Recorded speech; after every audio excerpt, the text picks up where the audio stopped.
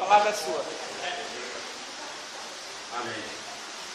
Irmãos, para quem não me conhece, né, meu nome é William, eu faço parte do Ministério Filhos de Deus. E neste final de semana próximo, dia 15, sexta-feira, e sábado 16, nós iremos fazer um evangelismo para as pessoas que moram nas ruas. Nesse evangelismo, além da palavra, nós vamos levar também um anjo para eles na sexta-noite, no sábado de manhã um café da manhã e no sábado à noite uma janta. No sábado à noite nós também iremos oferecer para eles banho, escova de dentes, creme dental. Então eu vim aqui para pedir aos irmãos, quem puder colaborar conosco. Nós precisamos de várias coisas: sabonete, creme dental, escova de dentes, água. Para quem não sabe, gente, água que é garrafinha de 500 ml, tá? Para quem não sabe, o morador de rua passa muita sede, porque as pessoas não dão água, não querem que os outros estão saindo. É uma coisa curiosa, eles passam fome, mas aí passam sede. Roupas. Então quem quiser doar, ofertar, fala comigo aí, a gente vai estar fazendo esse evangelismo na sexta-feira à noite e no sábado. De manhã, o café da manhã, e à noite vai ter uma galinhada. Então nós precisamos de várias coisas. Quem não quiser dar os itens, quiser colaborar financeiramente, também pode oferecer um dinheiro. Esse é o seu contato. Esse é o meu contato, 62-99939-4848. Vou ler só um versículozinho aqui para a gente entender bem, que é fazer esse tipo de evangelismo com pessoas, que 90% das pessoas que moram na rua são usuários de drogas, né? Então eu vou rever um versículo, vai em João 13, versículo 34 e 35, diz assim: novo mandamento vos dou, que ameis uns aos outros, assim como eu vos ameis, que também vos ameis uns aos outros. Nisto conhecerão todos que sois meus discípulos, se tiverdes amor uns pelos outros. Então, amados, para quem não sabe, não sei quando já tiveram a oportunidade de fazer trabalho em rua, não, a coisa é tensa. É muito difícil. As pessoas sofrem mesmo. Então, se vocês puderem colaborar, tá bom? Obrigado. Então, vamos iniciar mais essa aula. Essa é a primeira aula da matéria Administração Eclesiástica. Administração Eclesiástica, primeira aula. É uma matéria importante, porque nós estamos aqui com líderes e futuros líderes de igreja. Por que é importante? Porque nós vamos estudar todos os aspectos relacionados com a igreja, seja a igreja organismo, seja a igreja organização. A igreja é um organismo vivo, porque ela é composta por pessoas. E ela é uma organização, porque é uma instituição. Ela tem que obedecer à lei brasileira na sua criação. Igreja não é só alugar um lugar, colocar um nome na porta e abrir. Levantar a porta. Colocar um nome lá fora e abrir a porta. Isso não é igreja. Igreja tem que ter algumas regras. E aí a gente vai estudar todas essas regras. Então, essa matéria serve muito para os líderes e futuros líderes que aqui estão, né? Tem aqui evangelistas e tal, os obreiros querem, de repente, sentem essa vontade de abrir o seu ministério, que façam, mas da maneira certa.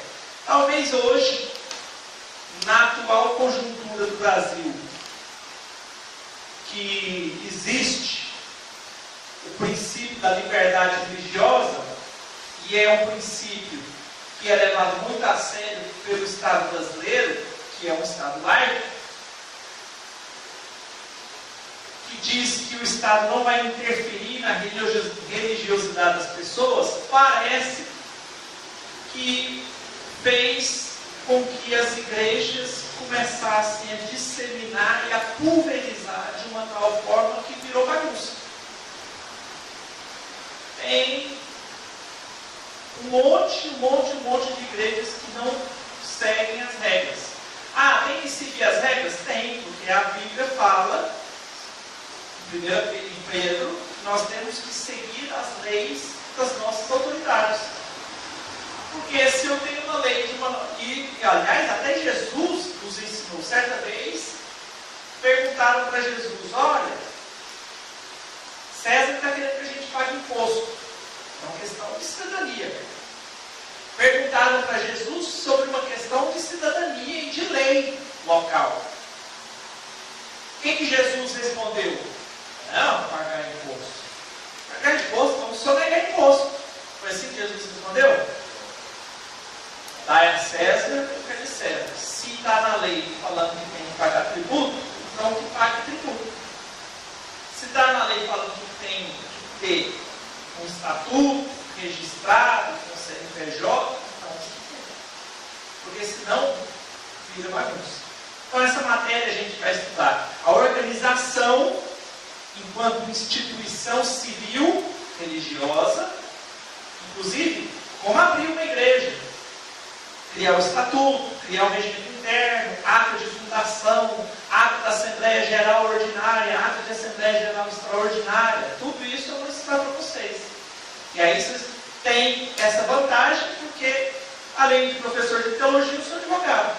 Então, essa igreja mesmo que nós estamos aqui, o estatuto eu ajudei a fazer. Já fiz estatuto de várias igrejas. Inclusive eu tinha um projeto chamado Projeto Legalizar é de Deus, que eu ia começar a fazer isso no ano passado, mas fiz até os folders para distribuir nas igrejas, mas a falta de tempo não permitiu com que eu desse continuidade nesse projeto. O projeto era Legalizar é de Deus, que seria para ajudar todos esses pastores a legalizar as igrejas. Talvez hoje 80% das igrejas de Goiânia não é legalizada, não tem CNPJ, não tem estatuto, não tem regimento interno, não tem nada. Não tem nada. E a legalização é de Deus, porque quando você legaliza a igreja, você, com o CNPJ, você pode receber até mesmo uma doação de um terreno para uma igreja. Você pode receber doação de uma empresa, por exemplo, aqui uma Mabel que quer fazer uma doação para fazer um projeto desse que você está fazendo aí, William. Tendo um CNPJ, a empresa pode fazer essa doação legalmente. Né? Então, legalizar é de Deus. Até mesmo para o pastor ter sua aposentadoria. Porque se o pastor é pastor em tempo integral, ele tem que ter o seu salário. A igreja tem que pagar o carnezinho do imposto da contribuição, da guia de previdência social para ele, para que quando ele chegar nos seus tempos de serviço, ele possa aposentar. Porque o ministro de Deus, evangélico ou católico, é uma profissão que tem até o código na CBO, Classificação Brasileira de Ocupações. Né? Então, o pastor tem que aposentar também, né? Tem pastor que às vezes está aí, coitado, até os 80, 90 anos, tendo que pegar essas envidas na igreja e ficar orando o dia inteiro, porque não tem aposentadoria, porque senão ele já tinha aposentado. Então o pastor merece aposentar também. E a igreja tem que estar legalizada para, se tiver muitos obreiros, diáconos, pagar o salário. Porque tem diácono que é integral, né? Tem igrejas grandes aí que tem diácono que é integral. Tem pessoa que limpa a igreja, tem a faxineira, a copeira, tem o sonoplasta que é profissional, tem igrejas que tem uma equipe de música que tem dedicação exclusiva, tem que assinar a carteira do pessoal, pagar salário. Se não tiver legalizado, não tem como fazer nada disso. Aí fica tudo ilegal. Aí acontece igual de vez em quando chega lá no meu escritório, um obreiro querendo entrar em ação contra a igreja, porque trabalhou na igreja 10 anos, o pastor deu um pé na bunda do obreiro e o obreiro saiu sem receber nada. Pode. Se ele conseguir provar que ele era trabalhador da igreja, que ele tinha horário fixo, ele tinha salário, mesmo que não tinha carteira assinada, mas que ele tinha salário, e ele era subordinado ao pastor, é trabalho. considerado trabalho, tem que ter salário fixo, tem que ter habitualidade, ou seja, ele tem que cumprir todos os dias, né, o trabalho, e ele tem que ter subordinação ao líder da igreja. Então, se ele só faz aquilo que o pastor manda, tem salário fixo, e ele está lá na igreja todos os dias, ele é um trabalhador como um mecânico, como um pintor, como qualquer. Entra com ação e ganha. E é vergonhoso para o pastor ou para o padre. Eu tenho ações, por exemplo, contra a igreja católica, que perde, e é vergonhoso você levar um padre ou um pastor para a justiça porque não pagou os direitos dos seus funcionários. Vergonhoso. Mas então, para pastor não pode ter isso. Então, vamos lá, administração eclesiástica. Administração eclesiástica, então, é o estudo desses diversos assuntos ligados ao trabalho do pastor e à organização da igreja. A igreja é simultaneamente organismo e organização.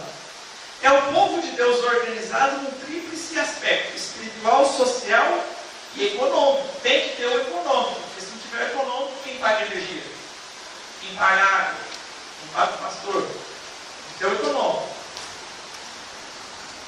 Isso, independentemente, eu esqueci, na próxima aula, próximo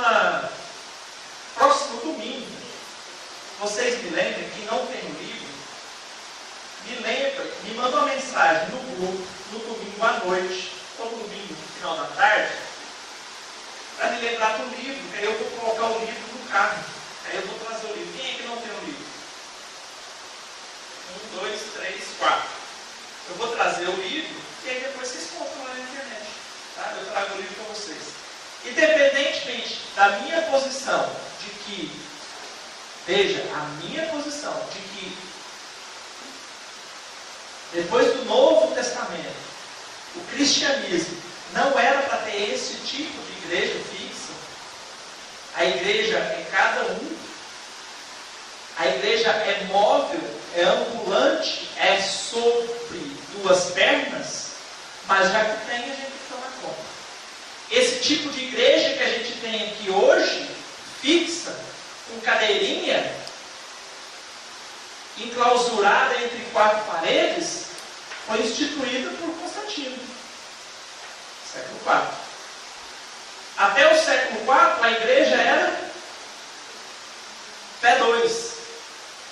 Era de cidade em cidade. Era a seita das catacumbas, ou a seita dos cemitérios. Porque os cristãos, como eram perseguidos, se reuniam apenas nos cemitérios.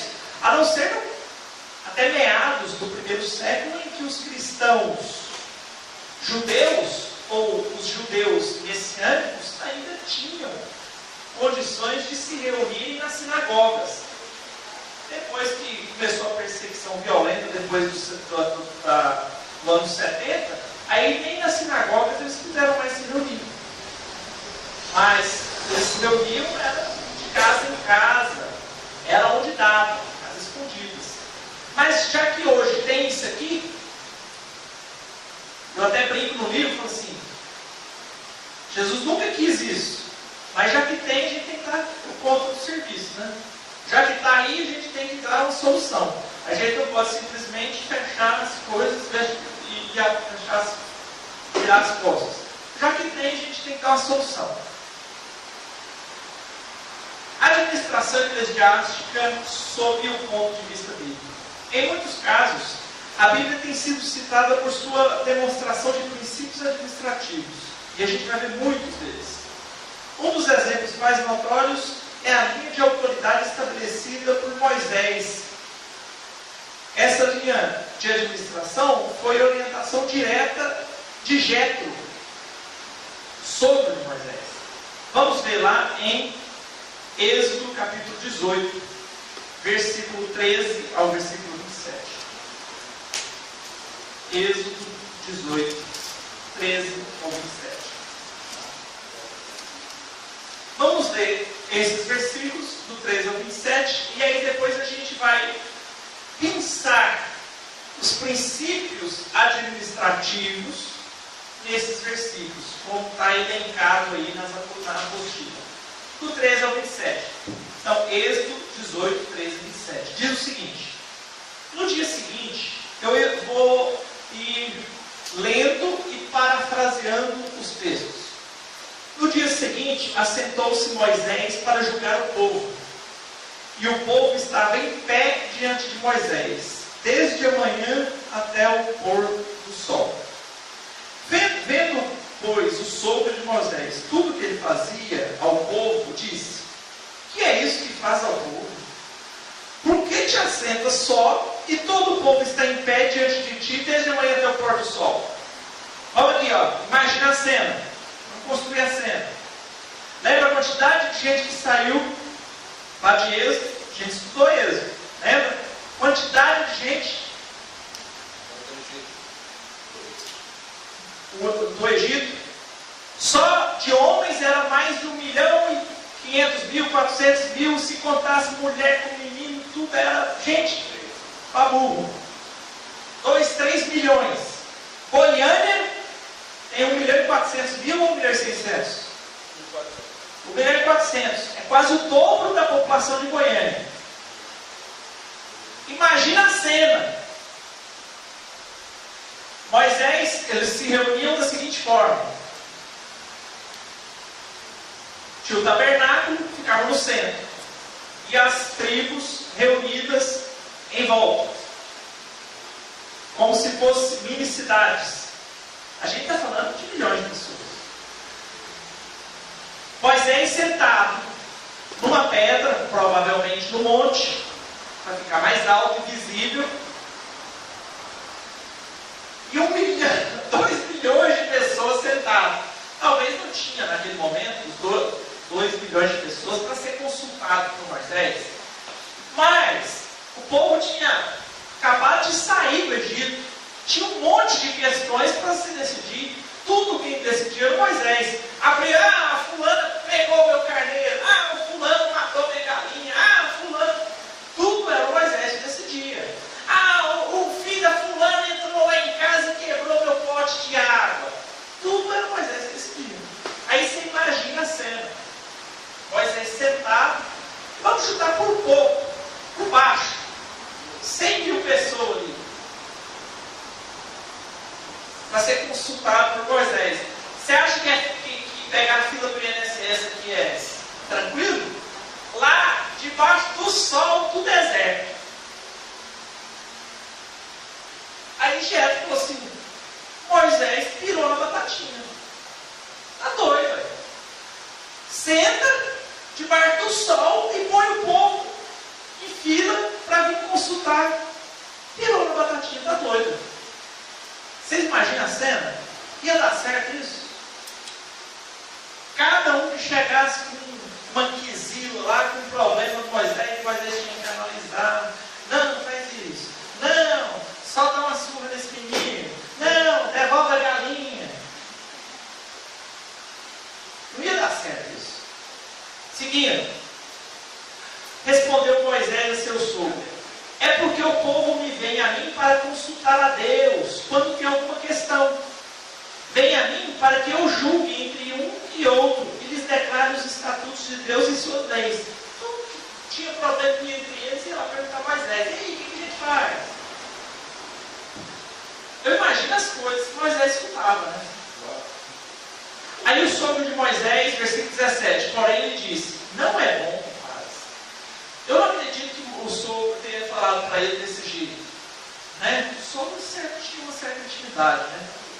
É doido, você está fazendo besteira essa que você está fazendo, né? O sogro era o pai de Moisés, né? O sogro se torna o pai. Você está doido? O que você está fazendo? Você vai matar o povo desse jeito, financeira? Sem dúvida, desfalecerás. Olha o que o sogro falou para ele. Sem dúvida, desfalecerás.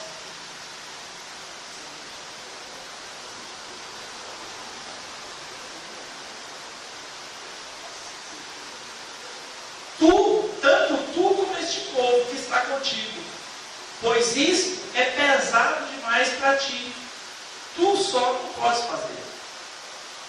Ouve, pois, pois, as minhas palavras, eu te aconselharei, e Deus seja contigo. Representa o povo perante Deus, leva as suas causas a Deus, ensina-lhes os estatutos e as leis e faz-lhes saber o caminho em que deve andar e a obra em que deve fazer. Procura dentre o povo homens capazes. A palavra capazes aí, a melhor tradução seria com fidelidade, fiéis, com credibilidade, tementes a Deus, homens de verdade, que aborreçam a avareza, põe-nos sobre eles por chefe de 10.000, chefes de 100, chefes de 50, chefes de 10, para que julguem este povo em todo o tempo. Toda causa grave trarão a ti, mas toda causa pequena eles mesmos julgarão. Será assim mais fácil para ti e eles levarão a carga contigo. Se isto fizeres, e assim Deus te mandar, poderás então suportar, e assim também todo este povo tornará em paz ao seu lugar. Olha a orientação, esse Jetro fez faculdade de administração. Né? Falou, ó, você vai pegar pessoas capazes e vai começar a fazer grupos de 10.000, de 1.000, de 100 e de 10 e de 50, e separa esse povo, e aí só vai chegar em você as causas. Você vai ser o STF, o Supremo Tribunal Federal, e põe os outros para ser os juízes de pequena causa, de juizado. Então, roubou galinha, não precisa levar um processo de roubou galinha para o Supremo Tribunal Federal, para Moisés. Então, esse cara que está lá, que ele é temente a Deus, fiel, ele resolve esse roubo de galinha, vai conhecer a lei, então organizou as coisas. Aí vamos ver esses princípios que nós podemos extrair desse texto de Êxodo capítulo 13. Versículo 13, observação e inspeção pessoal. Jetro dá uma olhada em tudo e fala, é muita gente para uma pessoa só tomar conta. Nem em Goiânia, que tem 1.400.000 pessoas, o prefeito não faz tudo sozinho. Tem um monte, além dos bajuladores, dos puxa-saco, dos aspones, tem um monte de secretário, tem um monte. Quem é funcionário público do município? Tem algum? Alguém? Tem um monte de funcionário público, né? Máquina pública enorme, grande. Então, nem o prefeito, hoje, com toda a modernidade, dá conta de administrar uma cidade organizada de 1.400.000 pessoas. Você imagina o povo no deserto de barraca. Não dava, né? Interrogatório e investigação perspicaz, versículo 14. Jetro então começa a perceber que da forma como Moisés estava agindo, não ia resolver nada, Moisés ia morrer de canseira e o povo morrer de insolação. Resolução do conflito, versículo 16, correção e julgamento, versículo 17. Versículo 18, avaliação do efeito sobre o líder e sobre o seu povo. Era para ele, então, reunir esses líderes e treinar esses líderes. Versículo 19, instrução técnica, aconselhamento. Ele vai aconselhar a esses líderes a decidirem essas questões do povo. Tem algumas igrejas no Brasil que tem esse tipo de organização. Que é o pastor, que hoje se dá o nome que quiser, né? Pastor, apóstolo, seja papa, isso, dá o nome que se quiser. Abaixo dele tem uma série de pastores, que a gente diz pastores menores, né? São submissos ao pastor papa. Embaixo desses pastores tem um monte de líderes de grupos, líderes de células ou líderes de regiões, líderes de bairros, né? Cada bairro tem um líder. Então, é esse tipo de organização piramidal. Organização piramidal. Que foi utilizado depois na organização da Igreja Católica, Apostólica Romana, que é essa organização piramidal. Papa, cardeais, bispos, padres, né? Esse mesmo tipo de organização foi seguida pela Igreja Católica, Apostólica Romana, e hoje em dia os reformadores têm muitas igrejas, os reformados têm muitas igrejas que continuam seguindo esse mesmo tipo de organização piramidal. Um líder e o resto subordinados. Algumas igrejas são parlamentaristas, outras presidencialistas. Quais são as igrejas parlamentaristas? Aquelas em que tem o líder, mas o líder presta conta para um conselho. Por exemplo, então, nós temos a presbiteriana, tem sempre um pastor, mas o pastor presta contas para um conselho. E é esse conselho que decide os rumos da igreja. Inclusive, o conselho pode até destituir o pastor. Não é dono da igreja. Não é dono da igreja. E tem as igrejas presidencialistas, que são aquelas igrejas que tem o dono. Então tem o pastor, o presidente, o papa, lá, o apóstolo, que é o dono, e o resto é funcionário. Então, mesmo se o resto aqui, se tem 100 pastores, quiser tirar o dono, não tira, porque a igreja é dele. Então eu tenho igrejas com estilo de governo presidencialista e igreja com estilo de governo parlamentarista. Isso tudo existe na lei? Não, vai depender do estatuto. É o estatuto que vai definir. Quando você vai criar a igreja, é que você vai estudar qual a forma de governo da igreja. Tem um capítulo do estatuto que fala qual a forma de governo ou de administração da igreja. Vai ser por Assembleia Geral, vai ser por presidente vitalício inato. Tem igreja que coloca que o pastor presidente, ele tem vitaliciedade e ele só sai dali quando morrer. E mesmo quando morrer, quem assume é o filho. Tem igreja que é assim. Agora, tem outras igrejas que o pastor presidente pode ser eleito de tantos em tantos anos e pode ser destituído pelo voto dos membros. Você já viu alguma igreja que tem votação para eleger pastor? Pois é, já. Não tem igrejas que têm votação para eleger pastor. Então tem igrejas que apresentam. O conselho apresenta para a igreja, por exemplo, tem uma igreja, vai abrir uma igreja lá no Parque Anguera. O conselho geral da igreja apresenta 2, 3 nomes e os membros locais é que votam quem eles querem como pastor. E esse pastor vai ser pastor deles durante 2 anos. Depois de 2 anos, tem nova votação. Pode ser levantado um pastor da própria igreja, ou a igreja pode solicitar para o conselho, não, manda outro pastor. A própria igreja faz isso. Então tem igrejas que o pastor não é o dono, e tem outras que o pastor é o dono. Se criar uma cláusula, ele próprio criar uma cláusula, ela tem validade para justiça? Não, porque esses tipos de igreja que são regidas por conselhos, ela é sempre o conselho, esse estatuto dessa igreja local é subordinado ao estatuto do conselho. A filial. É como se fosse uma filial. Como se fosse uma filial. O CNPJ pode ser um CNPJ 0001, mas o estatuto dele está subordinado ao estatuto central. Quais são esses tipos de igreja?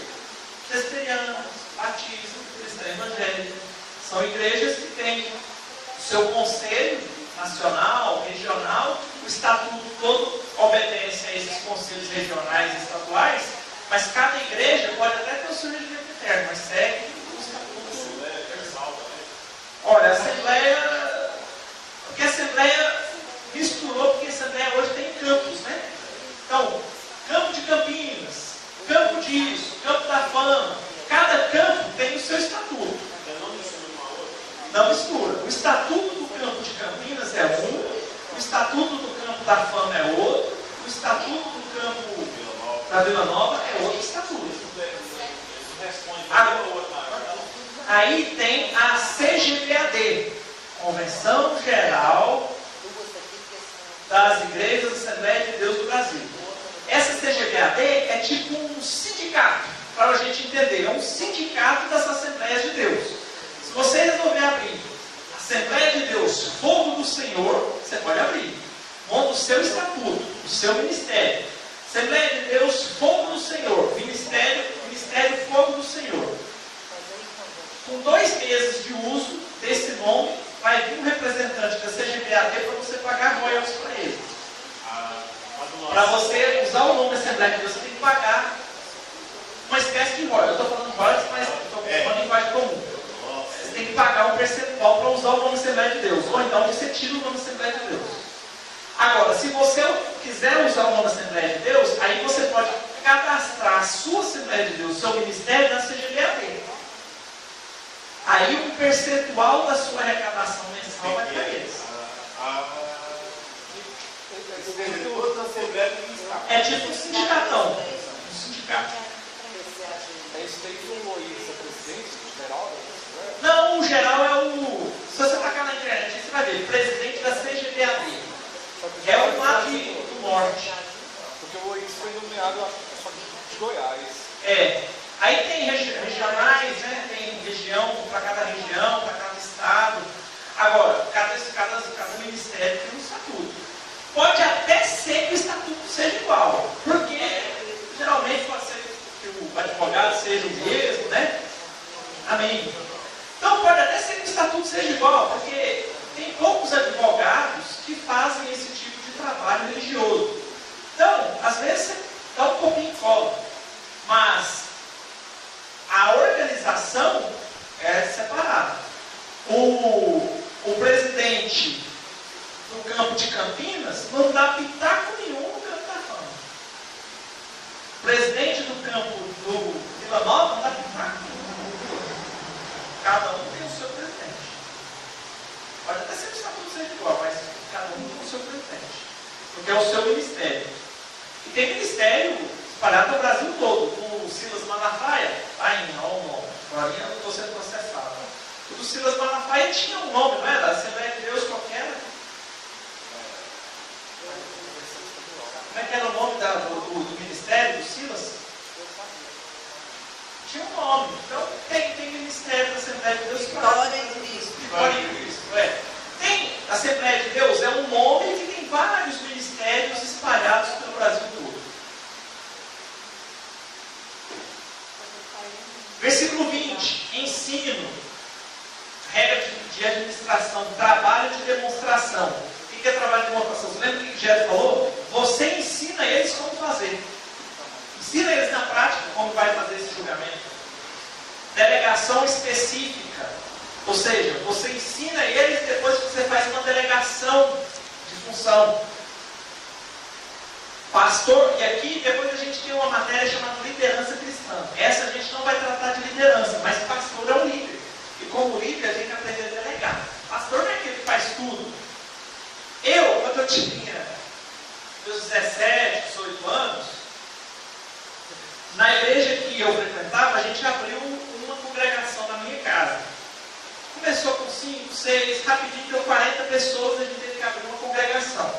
Essa congregação era eu e minha mãe. Então, tinha culto, muitos cultos. Fiz isso várias vezes com 17, 18 anos. Eu era o responsável por abrir a igreja, fazer o louvor, dirigir o culto, fazer o louvor, pedir a oferta, pregar, fazer o apelo, era tudo. Era do começo ao fim comigo. Não, eu vou às vezes, né? Porque às vezes ela pregava, às vezes eu pregava. Às vezes ela não podia ir, eu fazia tudo, às vezes eu não podia ir, ela fazia tudo. Então, é pesado fazer tudo. Pesado. O pastor tem que aprender a delegar. Então, começa a pegar esse pessoal que está com vontade de trabalhar, ensina ele, não pode, você pega, está com vontade de trabalhar, vou pegar você, se vira nos treinos. Não, aí faz tudo errado. Pega, ensina como fazer e delega competência. 21, cadeia de comando, ensinou a questão da autoridade. Quem que era o STF, o julgador máximo deles? Moisés. E aí depois foi diminuindo a escala. Extensão do controle, julgamento, avaliação, limites para tomar decisão. Ou seja, ele ainda falou, explicou, olha, coisas grandes vêm até você, coisas pequenas, seus líderes mesmo podem resolver. Tudo isso a gente extrai desse ensinamento de Jetro para Moisés. E aí parece que Moisés seguiu essa orientação de Jetro e aí começou a resolver as coisas com mais facilidade. Porque realmente é insano pensar que uma pessoa sozinha vai colocar 100 mil pessoas na sua fila e ele mesmo vai resolver todos os problemas de todo mundo. Olha para você ver as coisas que aconteciam, né? Segundo o plano de Deus, a autoridade vem de níveis mais altos para os inferiores. Isso a gente já está acostumado com isso. Apesar de que com Cristo as coisas se invertem um pouco, né? Quem quer ser o maior, que seja o menor. Viu qual um grande ensinamento que Cristo deu quando lavou os pés dos apóstolos na ceia? Inclusive eu falei que eu ia comentar sobre o significado do preparas uma mesa perante mim, na presença de meus inimigos e unge. Vou fazer um parênteses aqui para explicar. Era o costume de recebimento hebreu, costume de recebimento de visitas, de receber visitas dos judeus, era o seguinte: você chegava na minha casa, as pessoas andavam a pé com sandálias naquela poeira. Então você chegava na minha casa, a primeira coisa que eu fazia era colocar você sentado. O meu servo, o servo geralmente mais baixo da casa, me tirava a sandália dos seus pés, lavava os seus pés, refrescar. Você imagina naquele calor causticante, você andando, naquele sol quente, o pé pegava fogo, né? Lavava os seus pés. É o mais alto sinal de humilhação. O servo fazia. O Senhor da casa, o anfitrião, jamais iria lavar os pés da sua visita. Por isso que aquele sinal de Jesus lavando os pés dos apóstolos foi o mais alto grau de humilhação que ele ensinou. Nunca um anfitrião ia pegar nos pés do seu visitante. Depois de lavar os pés, ele ungia a cabeça com óleo, um óleo aromático. Porque naquela época era comum ao redor das casas ter ali uma criação de ovelhas, um curral, que tinha um certo mau cheiro. E a pessoa também tinha caminhado algumas léguas para chegar ali. Então esse óleo aromático, ungir a cabeça com óleo, era um sinal de você agradar a visita e colocar um ambiente mais agradável, tirando um pouco aquele furdunço. Entendeu? E aí você ia para a mesa. Então, preparas uma mesa perante mim. Significa, me chama para sentar à mesa. Ou seja, eu quero sentar contigo à mesa. Eu quero ser visitante na sua casa. Eu quero receber esse presente de estar contigo, Senhor, na tua casa. Preparas uma mesa perante mim. Na presença de meus inimigos, talvez aqui eles se referiram ao próprio filho, Absalão. Unges a minha cabeça com óleo, ou seja, tira um pouco esse mau cheiro das coisas que estão ao meu redor. O meu cálice transborda. Provavelmente, o cálice é o cálice do vinho. E o transbordar é de alegria. Porque o vinho, uma das funções do vinho é alegrar a alma. Bebe vinho e alegra a alma com a tua esposa. O papel do vinho é alegrar a alma. Então, essa parte final do Salmo 23 tem esse sinal, tem essa simbologia. Fechei aspas. Então, Outros sinais de administração, quando Deus orienta a Noé a construir a arca para salvar-se do dilúvio. Ele instruiu detalhadamente a Noé a conduzir o povo, a Noé a como construir a arca. Instruiu detalhadamente Moisés como conduzir o povo do deserto. Ou seja, tudo o que Deus faz tem certa organização. Deus não faz nada desorganizado. Por isso que as igrejas precisam ser organizadas. Não pode ter igreja desorganizada. Não se preocupa não, que talvez essa matéria não seja tão interessante, entusiasta, como missões, como história da igreja, mas é uma matéria importante, porque se a gente não compreende a organização daquilo que a gente faz parte, a gente está fazendo parte de alguma coisa de forma cega. Todos aqui fazem parte de uma igreja. Todos vocês que estão assistindo aí também fazem parte de uma igreja. É uma organização.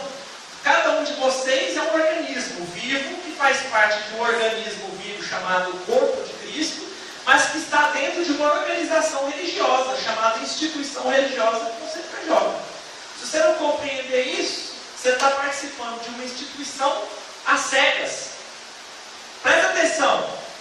Você participar de uma instituição religiosa que você não compreende, você está compactuando com aquilo que está acontecendo. Você compreende isso? Então você tem que compreender o que está acontecendo. Agora, já no período neotestamentário, nós encontramos Jesus, ao iniciar o seu ministério terreno, convocando os seus primeiros auxiliares. Olha Jesus fazendo aquilo que Jetro falou para Moisés fazer ainda. Jesus pega e chama 12. Dos 12, Jesus tinha 3 que eram mais próximos. Então, Jesus tinha 3 mais próximos. Depois dos 3 tinha os 12. E depois, você lembra que ele tinha os discípulos mais próximos, chamados de, que ele enviou os 70?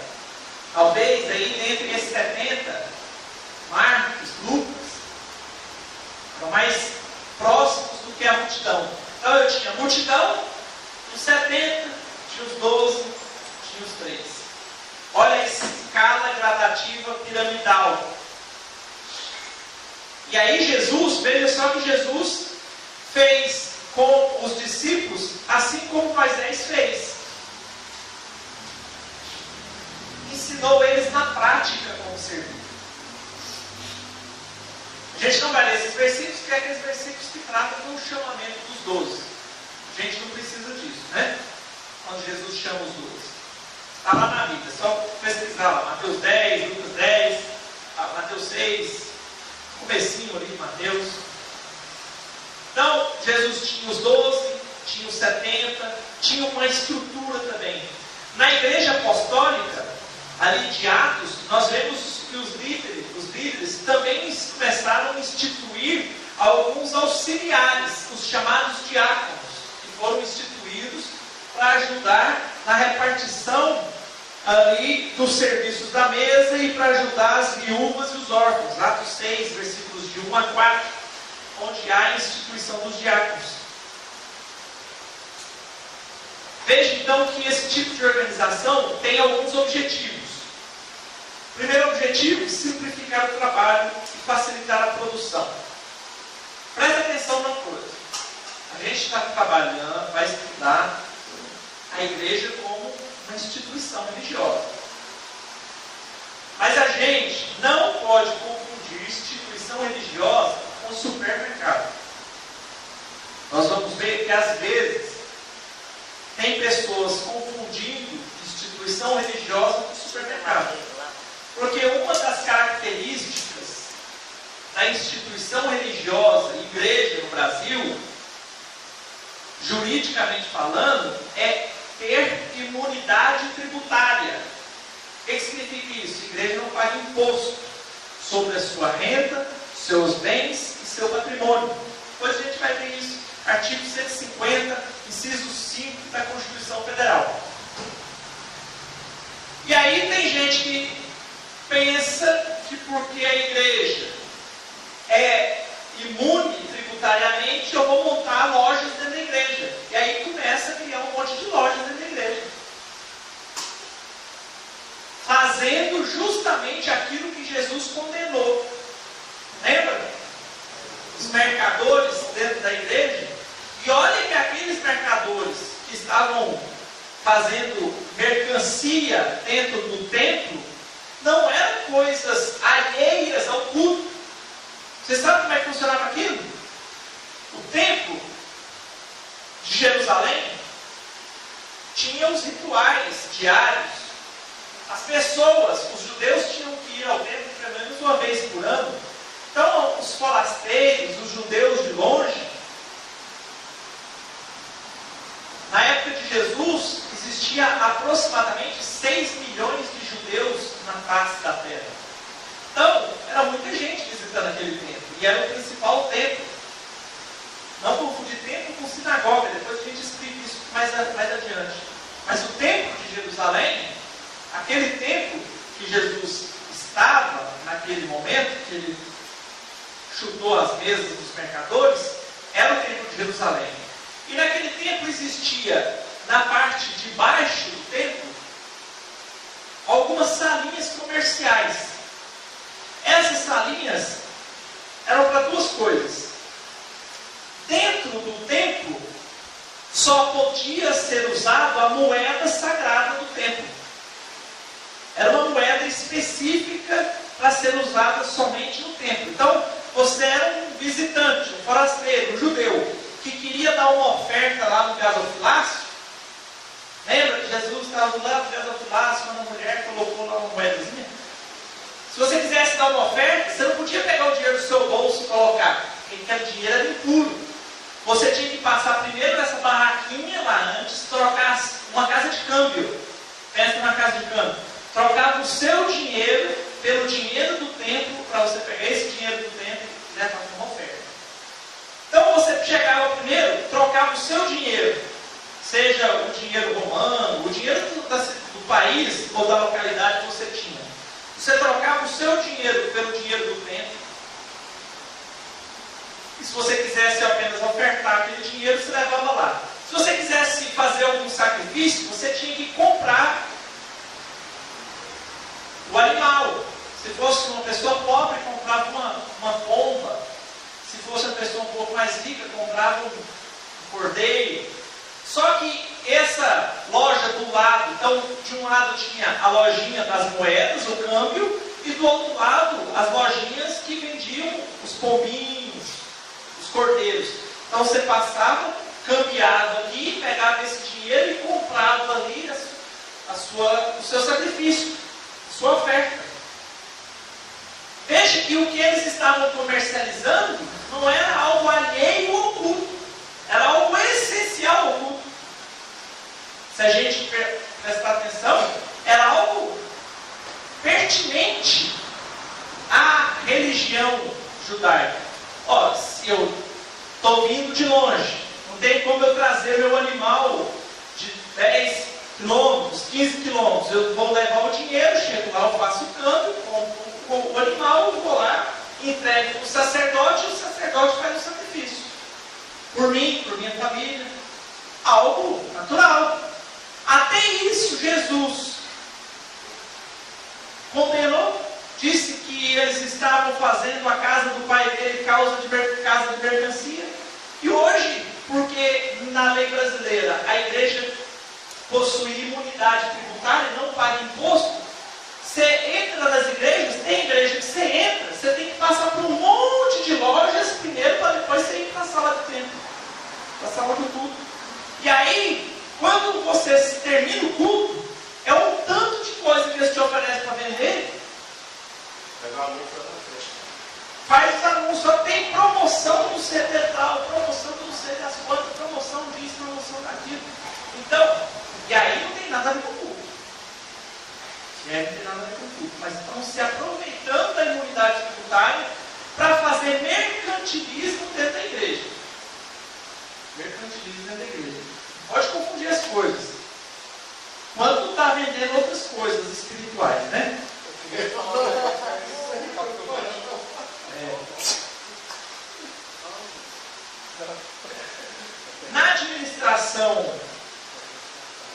administração comum de uma empresa qualquer, nós temos 3 áreas. Nós temos a área pessoal, financeira e de organização e método. Eu acho que o Júnior é financeiro, né? Administrador financeiro. Então isso aqui você dá aula, né, Júnior? Dá aula disso aqui. Então, qualquer empresa tem departamento pessoal que cuida do capital humano, gente que cuida do capital dinheiro, o Júnior, e a área organização e método, ou a operacional, se for uma loja de venda, departamento comercial, se for uma empresa de prestação de serviço, departamento de prestação de serviço. Veja só, a igreja também tem que ter isso. Também tem que ter isso. Não com a mesma finalidade. Porque a finalidade da empresa é lucro. Qualquer empresa que a gente abre, a gente tem um objetivo. Lucro. Aquilo que Marx falava de mais-valia. A empresa gera lucro. A igreja gera vidas. Mas você viu o que Paulo falou? Vocês já leram aquele livro, Impacto? Estamos lendo. Já? Nossa, não Você viu um capítulo lá que fala assim, que Paulo mostra, falando assim que tem pessoas que têm grande fonte de piedade, grande fonte de lucro a piedade. Tem gente vendendo a piedade. Empresa é para gerar lucro. Igreja é para gerar vidas. Isso era antes, né? Porque hoje está difícil. Hoje a igreja está gerando. Igreja não pode gerar lucro. Ah, então, meu filho, não pode fiscalização. Eu conheço a igreja. Não pode fiscalização. Igreja é para gerar vidas, gente. Tem alguma igreja gerando lucro aí? Bastante, acho que 90%. Mas, gente, não pode, velho. Igreja tem que gerar vidas. Quem gera lucro é empresa. Igreja não é empresa, igreja é instituição religiosa. Eu vou contar, assim, sem comparação. Ah, É porque foi eu e minha mãe na virada de ano, nessa tal igreja. ah, Aí não podia ser o pastor não, porque né, é uma franquia. ah. Aí tinha que. Ah, então a igreja tem franquia já? Ah, é. Ô, mas eu tô falando pra você, tá aqui no pé. Aí tinha o data show com o master lá, né? Ah. Pregando. Aí passou meia hora. Videoconferência. Isso. Passou uns meia hora, 40 minutos falando sobre o. Negócio. Não, sobre a oferta. Ah, E a oferta, não sei o que está aqui na Bíblia, 40 minutos, né? ah. Passou os 40 minutos, como era virado de ano, vamos começar o ano com um pé direito. E vamos fazer a campanha do dobro. Se você for dar sua oferta, Campanha do quê? Ah, Dobro? Isso. Ah. Aí, ele pensei assim, vai começar com 5 reais, né? Se a pessoa for dar 5, dá 10. Ele vai começar assim, ó, se você for dar 1.000 reais, dá 10 mil. Se for dar 10 mil reais, dá 20 mil. Aí só foi aumentando, eu e minha mãe assim. Ou seja, o dobro começou com 1.000. Foi. Aí eu falei, não é pra mim. Não, e assim da cartão de crédito. Ah, agora Marcelo tá. também. E o obreiro com a maquininha. Não, agora o dízimo também é pelo cartão de crédito. As igrejas Então, gente, dízimo. empresa gera lucro, igreja gera vida. Depois eu vou ensinar para vocês o que a lei brasileira fala. Uma coisa é lucro, outra coisa é receita. Receita é diferente de lucro. O João deve saber disso. Receita é o que entra na minha conta corrente.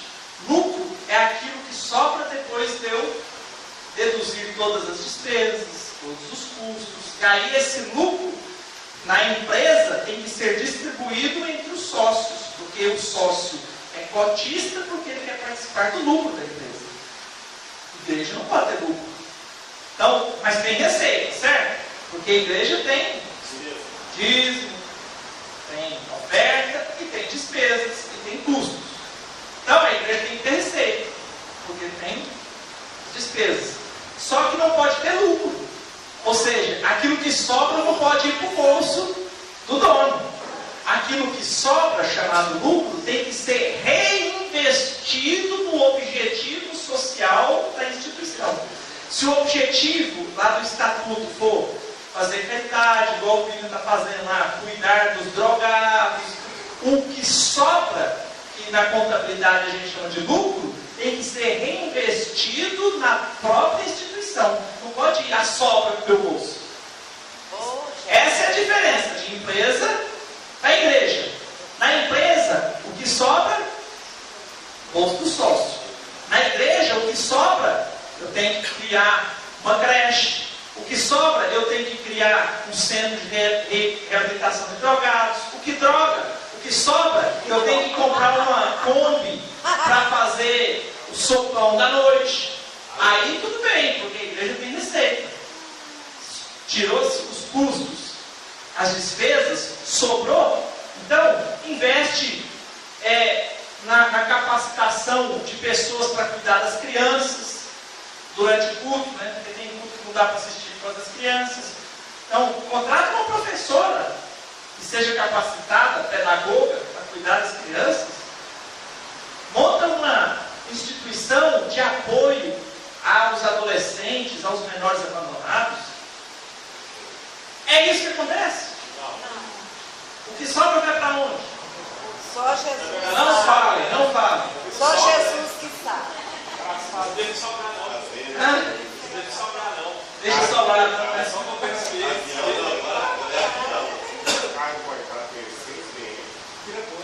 De Mercedes, É. agora é Land Rover. Tem nada de Mercedes aí, não. Mercedes já ficou lá pra Land Rover, blindada, aquelas bem modernas. com três seguranças. Aí você me pergunta, por que o pastor precisa andar de segurança? Vai, Segurar o sopão. tá faltando, Fazer de errado que precisa de tá segurança. faltando alguma coisa lá. Vocês já ouviram falar em um pastor que anda Eu de já. segurança e diz que o segurança mata mesmo? Falou, os meus seguranças aqui, se você tentar chegar perto de mim, eles estão com ordem para matar. Eu vi O que o pastor está fazendo? O que está precisando andar de segurança? Ué, como que ele é pastor e fala para matar? Ah, não. Como é que vai? Coisa boa não é, né? Porque, ué, quem precisa andar de segurança, carro blindado. Ele não é pastor, não. Isso é uma invenção. Misericórdia, ué. É um porqueira. Os 12 apóstolos de Jesus não era segurança de Jesus, não. Apesar de que tinha um momento lá que quando ia chegar perto de Jesus, Pedro tirava a espada e saía com a espadada, né? Mas não era segurança. Jesus não falou para Pedro dar espadada no centurião lá, não. Não era segurança, né? Mas se tem segurança, tem que ver o que está acontecendo aí para o pastor ter segurança. É porque é bonito demais, aí as mulheres ficam loucas. Vixe, eu tenho que parar com esse namorado. Aí processo esse menino. Tá falando? Também você não é advogado. Eu não preciso pagar para meus advogados, né? Eu me defendo. O que é administrar? É distribuir as responsabilidades e não executar todas as tarefas. Então, um bom pastor também é aquele que sabe chamar as pessoas do seu lado para que essas pessoas possam ajudar ele. Ah, o pastor Hernandes chama lá vocês, o Calimélio, o Alex. Ó, me ajuda aqui. Você já está pregando lá já? Já? O Calimélio, quando chama ele para pregar, ele quase dá um piripaque. Mas ele é bom, ele está bonzinho para dar a palavra. É isso, é você chamar as pessoas que estão ali, que estão perto de você, igual o Jétro falou para Moisés. Chama, passa a responsabilidade para eles caminharem junto. Você imagina Moisés lá durante aquela batalha em que ele tinha que ficar com as mãos estendidas. Se não tem auxiliares ali para segurar as mãos, a batalha estava perdida. O pastor tem que ter auxiliares, mas o pastor não pode chamar uma pessoa e falar, se vira nos 30, irmão. Não, ensina igual Jesus ensinou, na prática. Não é bem, chama o irmão, entrega um caderninho da EBD na mão dele e fala assim, estuda aí, depois você vem pregar. Não, ensina o irmão, discipula o irmão, ensina ele a fazer e depois você põe ele para fazer. Porque se você dá o caderninho da escola bíblica para todo mundo e fala, se vira nos 30 aí, que aí depois o próximo culto, a pregação é sua. Não é assim, né? Ensina, depois você vai lá, chama ele, começa a discipular.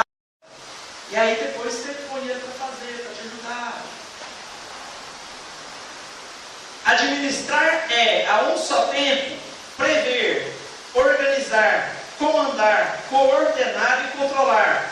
Prever, porque é preparar-se para o futuro, com a necessária antecedência através de programas de ação. Dentro desse planejamento que se faz, dessa previsão, tem que estabelecer objetivos, programação, cronograma, orçamento. Olha, tem igrejas muito organizadas. Eu vou falar algumas coisas de igrejas que eu conheço muito bem, para vocês verem se é comum. Primeiro dia do ano, primeiro culto do ano, o pastor já chega e já apresenta o cronograma das festividades do ano todo. É comum isso nas igrejas? Mas eu conheço igrejas assim. Ah, não é tão comum, não. Mas tem. Tem igrejas. Tem igrejas. Por exemplo, chega no primeiro culto do ano, já sabe que dia que vai ser o acampamento dos jovens, que dia que vai ser o acampamento das adolescentes, que dia, fazer o cronograma todo. Já sabe que no mês tal a igreja vai ter que ter um evento para arrecadar dinheiro, para mandar para missões, que no mês tal já vai ter que ter um recurso X para comprar bateria nova, apresentar o cronograma. Não é comum, mas acontece. Mas deveria ser comum. Não é que deveria ser comum, deveria ser regra. Deveria ser regra. Mas é raro, irmão. É poucas igrejas que tem isso. Você quer ver? Só daqui, ó. Não está filmando ali? Qual igreja aqui que tem esse cronograma? Não precisa filmar, não. Qual igreja que tem esse cronograma? Só da irmã, tá vendo? As outras têm? Tem quantas igrejas aqui representadas? Umas 5, né? Não, mas a minha não conta não, tá? Não, a sua não conta não. Só a sua tem. Tá vendo? Tá vendo? Ó, que não é comum. De 6 igrejas aqui, só uma tem. Então não é comum, mas tinha que ser regra. Tinha que ser regra. Você quer ver outra coisa que tinha que ser regra? Outra coisa que tinha que ser regra em toda igreja, e que não é todo fim de mês, ou pelo menos a cada 20 trimestres, prestar contas. Prestar contas. Ó, entrou tanto de receita, entrou tanto de oferta, entrou tanto de doação, saiu tanto de talão de energia, água, não sobrou isso. O que sobrou foi reinvestido isso, o que sobrou passou para a conta do pastor, o que sobrou comprou um carro novo para o pastor. Não interessa, mas presta contas. Pôr no quadro e prestar contas. Isso deveria ser regra. Na tela Isso deveria ser regra em todas as igrejas. Por quê? Porque não é porque tem unidade tributária que o caixa da igreja tem que ser um caixa preto. Uma caixa doida. Não, caixa de avião. Preta. Caixa preta de avião, né? Tem que ser aberto. Porque o dinheiro ali é de todos. Na igreja, no final do ano, ele chama todos os membros da igreja, faz a reunião e fala o dia que foi e dá o cronograma todo que foi. Prestação de conta de tudo, né? Isso tinha que ser regra em todas as igrejas. Agora, tem igreja que não tem condições de fazer isso. Por quê? Porque tem igrejas que têm 2 milhões de reais de arrecadação por mês e tem 200 mil de custo, 300 mil de custo. Aí o que sobra... Foi lá para a profissional. Vai explicar. Foi. Organizar é o reunir meios e recursos materiais e humanos. Recursos humanos também. Distribuir racionalmente as atividades. Delegação de tarefas, estabelecimento de relações. 3. Comandar é determinar as providências a fim de que toda a organização funcione de acordo com as normas vigentes. Comandar, porque delegar não é só eu jogo a batata quente na mão dos irmãos, o culto de quarta agora é dos irmãos, joga a batata quente e larga e vira as costas. Não. Isso é delegar. Agora, vocês têm que se reportar a mim aquilo que está na direção dos irmãos, o departamento de casais está nas mãos dos irmãos, mas os irmãos se reportam a mim porque eu ainda tenho um comando. É isso. Porque não pode você solta a batata quente na mão do Gabriel, ó. Você é o líder dos jovens agora. Pega essa batata quente e se vira nos 30.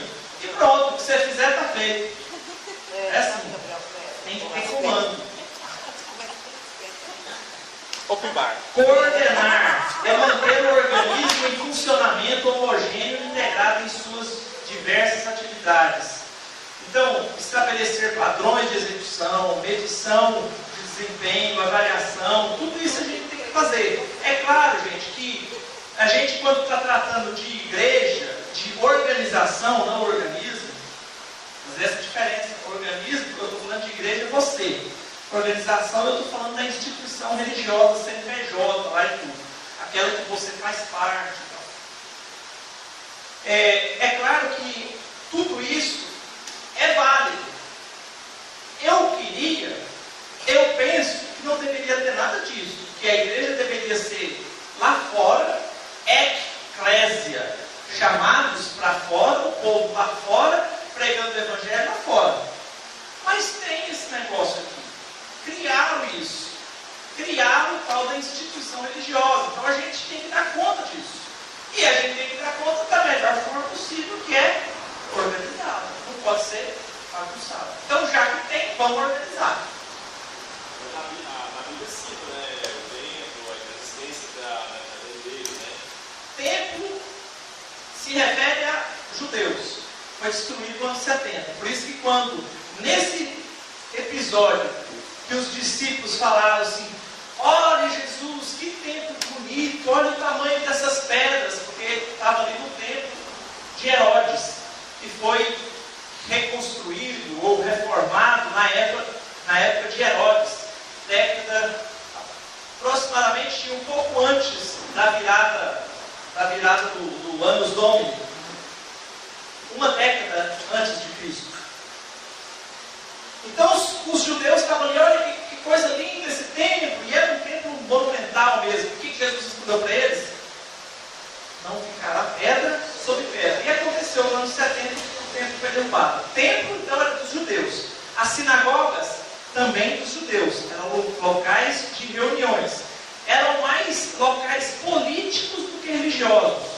As sinagogas eram o local onde se organizavam os sinédrios, que eram a reunião dos partidos políticos e religiosos dos judeus para fazerem os julgamentos. Jesus foi julgado pelo sinédrio, que é a reunião ali dos escribas, fariseus, zelotes, essênios. Depois a gente vai estudar esses partidos políticos judeus. Quando a gente fala ali naquelas igrejas, até a década de 70, 80, a perseguição era grande em determinados pontos de Roma, do Império Romano. Mas chegou um momento que a perseguição foi terrível. Então os cristãos não se reuniam mais nas sinagogas. Diferenciar cristãos de judeus. Às vezes, o Império Romano tolerava alguns judeus, porque alguns judeus eram muito próximos dos romanos. Por exemplo, os saduceus era uma facção judaica que tinha uma proximidade muito grande com Roma. Então, eles pagavam tributos a Roma. Os zelotes, por exemplo, lembra? Simão Zelote não pagava tributos a Roma. Eles eram contra Roma. Mas tinha muitas facções dos judeus que eram muito próximos a Roma, que eram muito próximos ao imperador. Então, essas sinagogas eram frequentadas basicamente pelos judeus, porque os cristãos ou os judeus messiânicos não frequentavam mais essas sinagogas. Quando fala a igreja de Corinto, podia ser que existia em determinado momento a igreja mesmo, inclusive a gente viu que a igreja ficava de frente para uma colina, onde no alto da colina tinha lá a igreja da deusa do sexo, lá, Afrodite, né? Afrodite ou Astarote, não lembro. Mas depois dessa perseguição, os cristãos se reuniam nas cavernas, nos cemitérios, chamados nas catacumbas, né? Por que cavernas? Porque os cemitérios cristãos da época eram cavernas, não eram cemitérios ao ar público. Quando fala igreja, não fala igreja prédio, fala igreja, pessoas, comunhão. Em comunhão. A Santa Ceia foi de igreja ou foi de caverna? Foi na casa de um dos discípulos. Você fala a última Páscoa? Não, em Coríntios, você pegava para a ceia? A festa chamada Festa do Amor, 1 Coríntios capítulo 11, versículo 27 em diante. Era chamada de Festa do Amor. Essa Festa do Amor, eles se reuniam em locais próximos, quando ia fazer batismo, próximos ao local que tinha água para fazer o batismo. Nessa época, 1 Coríntios capítulo 11 foi uma das primeiras escrituras do Novo Testamento. Lembrando que os escritos de Paulo, talvez Coríntios seja um deles, foi um dos primeiros livros escritos no Novo Testamento. O último foi as epístolas de João e talvez o Evangelho de João. Mas as de Paulo provavelmente tenha sido uma das primeiras. Então a perseguição ali em Corinto ainda não estava tão grande assim, a ponto deles terem que se esconder do Império Romano. Então naquele período em que Paulo escreveu para os coríntios ou para os romanos, ainda se havia possibilidade de fazer culto. Ainda tinha certa liberdade religiosa. Porque na verdade é o seguinte, durante a perseguição oscilou muito durante o primeiro século. A perseguição dos cristãos, em determinadas circunstâncias, com determinados imperadores, a perseguição era total. Falava-se que era cristão, era morto. Em outros, com outros imperadores, em outras localidades, porque a gente está falando de um império vasto, e tinha vários governadores. Em outros governadores, outros locais, admitia-se, tolerava-se os cristãos. Tolerava-se o cristão. O cristão só era levado ao imperador quando ele era acusado. Então, tinha alguém, eu não gostava desse camarada, ele era cristão. Aí o que eu fazia? Eu chegava perante o sinédrio, ou perante os sinédrios dos judeus, ou o imperador, e acusava ele de ser um ateu. Mas não é porque ele era ateu, é porque eu acusava ele de não adorar os deuses do império. Aí quando eu acusava ele de não adorar os deuses do império, o império chamava ele lá. E aí falava, olha, a gente recebeu aqui uma acusação de que você não está adorando os deuses do império porque você é cristão e como cristão você não adora outros deuses. É verdade? Aí você falava, é verdade. Então, morreu. Aí vai escolher o tipo de condenação, né? Se ele negasse a Cristo naquele momento, ele era liberado. Então, em determinados períodos do primeiro século, a perseguição não era 100% e total. Era quando a pessoa era acusada. A pessoa era acusada, então ela era levada perante o tribunal de Roma. Tá? Então, nesse período de Romanos, provavelmente existia reuniões. Não sei te dizer, e a gente não tem como precisar se eram nas sinagogas dos judeus, provavelmente não, porque a briga dos judeus e dos cristãos foram muito grande. Né? Na verdade, os judeus perseguiam mais os cristãos do que Roma. Roma não estava nem aí para os cristãos, porque Roma queria era a união do povo para que o povo fosse forte. Se Roma começasse a adotar uma única religião como religião oficial, ele iria criar briga com todas as outras religiões. Por isso Roma tinha várias religiões. Ele incentivava a prática do helenismo lá da Grécia. Era o politeísmo. Você pode adorar quem você quiser, mas você tem que adorar os deuses de Roma também. Então Roma queria proliferar o negócio. Para ele não tinha muito interesse em perseguir um tipo de religião. Quem perseguia os cristãos eram os judeus. Porque os judeus ficavam com uma dor de cotovelo, falando assim, mas esses caras aí estão adorando um cara que se diz rei dos judeus, que morreu na cruz, como um bandido. governante que existia. E eles estão falando que esse judeu que morreu lá na cruz como bandido é o rei dos judeus. Então esse era o problema. Onde que eu estava? Acabando a aula. Acabou a aula. Então daí a gente encerra, então, e aí a próxima aula a gente continua, tá bom?